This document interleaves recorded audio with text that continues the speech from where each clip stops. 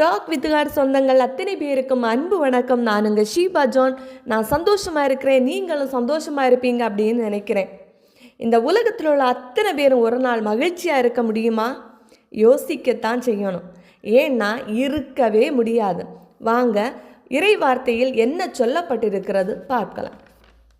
வாழ்க்கை இன்பமாயிருக்கும்போது மகிழ்ச்சியோடு இரு. துன்பம் வரும்போது நீ நினைவில் கொள்ள வேண்டியது, அடுத்து என்ன நடக்கும் என்பதை நீ தெரிந்து கொள்ளா வண்ணம் கடவுள் இன்பத்தையும் துன்பத்தையும் மாறி மாறி வரவிடுகிறார். சபையுரையாளர் 7ஆம் அதிகாரம் 14ஆம் வசனம். வாழ்க்கையில் என்னைக்கும் மகிழ்ச்சியாக இருந்தவங்களும் இல்லை, என்னைக்கும் துக்கமாக வாழ்ந்தவங்களும் இல்லை. எந்த ஒரு சூழ்நிலையும் நிரந்தரமே இல்லை. கடவுள் இன்பத்தையும் துன்பத்தையும் மாறி மாறிதான் வரவிடுகிறார். வாழ்க்கை இன்பமாயிருக்கும் போது மகிழ்ச்சியோடு இரு. துன்பங்கள் வரும்போது கடவுளுக்கு நன்றி சொல்லுவோம். ஏன்னா துன்பத்திற்கு பிறகு வருகிற மகிழ்ச்சியை அளவிடவே முடியாது. 1 மக்கபேயர் 10ஆம் அதிகாரம் 56ஆம் வசனத்திலே நீர் எழுதியுள்ளபடி நான் உமக்கு செய்வேன் என்று கூறப்பட்டுள்ளது. ஆம், திருவிவிலியம் எழுத ஆரம்பியுங்க. உங்கள் வேண்டுதலை எழுதி தினமும் ஜெபிக்கிற இடத்துல வச்சு ஜெபம் செய்யுங்க. கூடவே திருவிவிலியம் எழுதுங்க. நீங்கள் எழுதியுள்ளபடி நடக்கும். ஒரே வார்த்தையை திரும்ப திரும்ப எழுதுவதற்கும் இறை வார்த்தை எழுதுவதற்கும் வித்தியாசம் இருக்குது.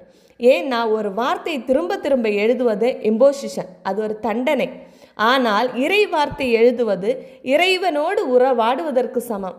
ஆகவே இறை வார்த்தை தினமும் எழுதுவோம், இறை ஆசீர் பெறுவோம். திருவிவிலியம் எழுதுதல் நாள் 29. தொடக்க நூல் 45ஆம் அதிகாரம் இன்னைக்கு எழுதி முடிச்சாச்சு. யோசேப்பு தம்மை தெரியப்படுத்துதல் என்ற தலைப்பிலே அதிகாரம் முழுவதும் கொடுக்கப்பட்டுள்ளது. சற்று அலசுவோம் வாருங்கள். வெள்ளிக்கோப்பையின் திருட்டு காரணமாக யோசேப்பின் சகோதரர்கள் திரும்ப யோசேப்பின் முன்னிலையில் வருகின்றார்கள். அப்போது யோசேப்பால் தன் பணியாளர்கள் முன் அவரை அடக்கிக் கொள்ள முடியவில்லை. எல்லோரும் என்னை விட்டு வெளியே போங்கள் என்று உரத்த குரலில் சொல்லுகின்றார். யோசேப்பு தம் சகோதரருக்கு தம்மை தெரியப்படுத்தும் பொழுது வேற்று மனிதர் எவரும் அவரோடு இல்லை. உடனே அவர் கூக்குரலிட்டு அழுதார். எகிப்தியர் அதை கண்டனர். பார்வோன் வீட்டாரும் அதை பற்றி கேள்விப்பட்டனர்.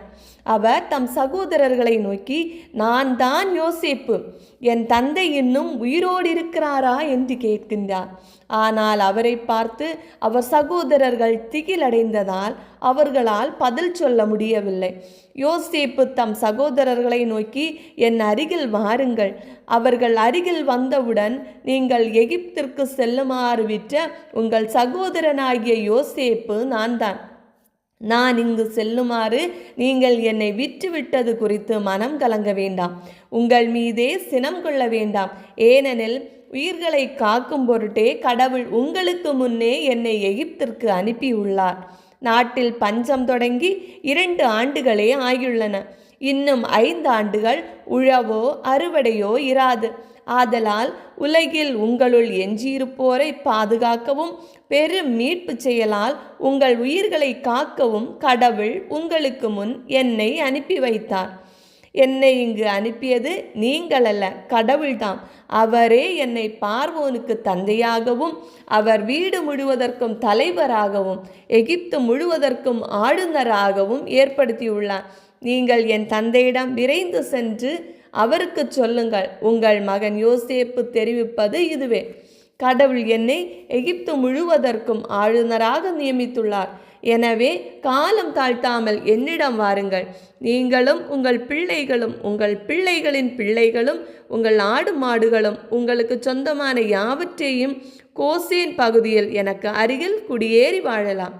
அங்குள்ள உங்களை நான் பேணி காப்பேன். ஏனெனில் இன்னும் 5 ஆண்டுகள் பஞ்சம் இருக்கும்.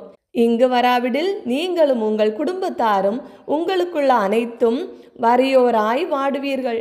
இதோ உங்களோடு பேசுவது என் வாய்தான் என்பதை நீங்களும் என் சகோதரன் பென்யமினும் கண்ணார காண்கிறீர்கள்.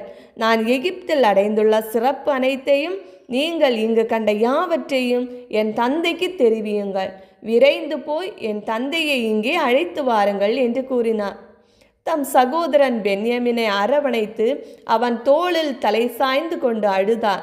அவனும் அவ்வாறே செய்தான். பின் யோசேப்பு தம் சகோதரர் யாவரையும் முத்தமிட்டு அழுதான். இதன் பின் அவர்கள் அவரோடு உரையாடினர். யோசேப்பின் சகோதரர்கள் வந்துள்ளனர் என்ற செய்தி பார்வோனின் அரண்மனையை எட்டவே பார்வோனும் அவன் அலுவலர்களும் அகமகிழ்ந்தனர். பார்வோன் யோசேப்பை நோக்கி, நீரும் சகோதரர்களுக்கு இவ்வாறு சொல்வீர், நீங்கள் செய்ய வேண்டியது யாதெனில், உங்கள் கால்நடைகளின் மேல் பொதியேற்றி கானான் நாட்டிற்கு திரும்பிச் சென்று அங்கிருந்து உங்கள் தந்தையையும் குடும்பங்களையும் அழைத்து கொண்டு என்னிடம் வாருங்கள். நான் உங்களுக்கு எகிப்து நாட்டின் சிறந்த பகுதியை தருவேன். நீங்களும் நிலத்தின் வளமையை அனுபவிக்கலாம். உங்கள் குழந்தைகளையும் மனைவியரையும் அழைத்து வருமாறு எகிப்து நாட்டினின்று வண்டிகளை கொண்டு போங்கள். உங்கள் தந்தையையும் அழைத்து கொண்டு வந்து சேருங்கள். உங்கள் தட்டுமுட்டுகளை பற்றி கவலைப்பட வேண்டாம், ஏனெனில் எகிப்து நாட்டில் சிறந்தவையெல்லாம் உங்களுக்கே உரியவையாகும். பார்வோன் கட்டளையிட்டபடி யோசேப்பு அவர்களுக்கு வண்டிகளையும் வழிக்கு உணவு பண்டங்களையும் கொடுத்தார். அவர்களில் ஒவ்வொருவனுக்கும் வேறு புத்தாடைகளும் கொடுத்தார். பென்யமினுக்கோ 300 வெள்ளிக்காசும் 5 ஆடைகளும் கொடுத்தார். அப்படியே தம் தந்தைக்கு 10 ஆண் கழுதைகளின் மேல் எகிப்தின் சிறந்த பொருட்களையும் அவரது பயணத்திற்கு 10 பெண் கழுதைகளின் மேல் தானியங்களையும் அப்பம் முதலிய உணவு வகைகளையும் ஏற்றி அவர்களோடு அனுப்பி வைத்தார். பின்பு அவர் தம் சகோதரர்களை வழியனுப்பி வந்தார். அவர்களை விட்டு பிரியும் போது, நீங்கள் வழியில் சச்சரவு செய்யாதீர்கள் என்று சொல்லி அனுப்பினார்.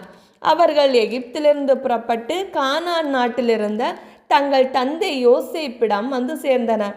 அவர்கள் அவரிடம், யோசேப்பு இன்னும் உயிரோடு இருக்கிறான், அவரே எகிப்து நாடு முழுவதற்கும் ஆளுநர் என்று அறிவித்தனர். அதை கேட்டு யாக்கோபு மன அதிர்ச்சியிற்று. அவர்கள் சொன்னதை நம்பவில்லை. ஆனால் யோசேப்பு அவர்களுக்கு சொன்ன யாவற்றையும் அவர்கள் சொன்னதை கேட்டும் யோசேப்பு அவரை அழைத்து வர அனுப்பியிருந்த வண்டிகளை கண்டும் அவர்கள் தந்தை யாக்கோபு புத்துயிர் பெற்றவரானார். இறுதியில் இஸ்ரவேல், என் மகன் யோசேப்பு இன்னும் உயிரோடு இருப்பது ஒன்றே போதும், நான் இறக்கும் முன் சென்று அவனை காண்பேன் என்றார். இவ்வாறு தொடக்க நூல் 45ஆம் அதிகாரம் நிறைவு பெறுகிறது. யாக்கோபு தன் குடும்பத்துடன் எகிப்திற்கு சென்றாரா? பொறுத்திருந்து பார்க்கலாம். இப்படியும் ஒரு நற்செய்தி பணி தொடரட்டும். படைப்பிற்கெல்லாம் நற்செய்தியை அறிவிக்கும் இறை தூதுவர்கள் ஆவோம். இந்த வீடியோவை லைக் பண்ணுங்கள், உங்கள் ஃப்ரெண்ட்ஸ் அண்ட் ஃபேமிலிக்கு ஷேர் பண்ணுங்கள், உங்கள் கருத்துக்களை கமெண்டில் சொல்லுங்கள்.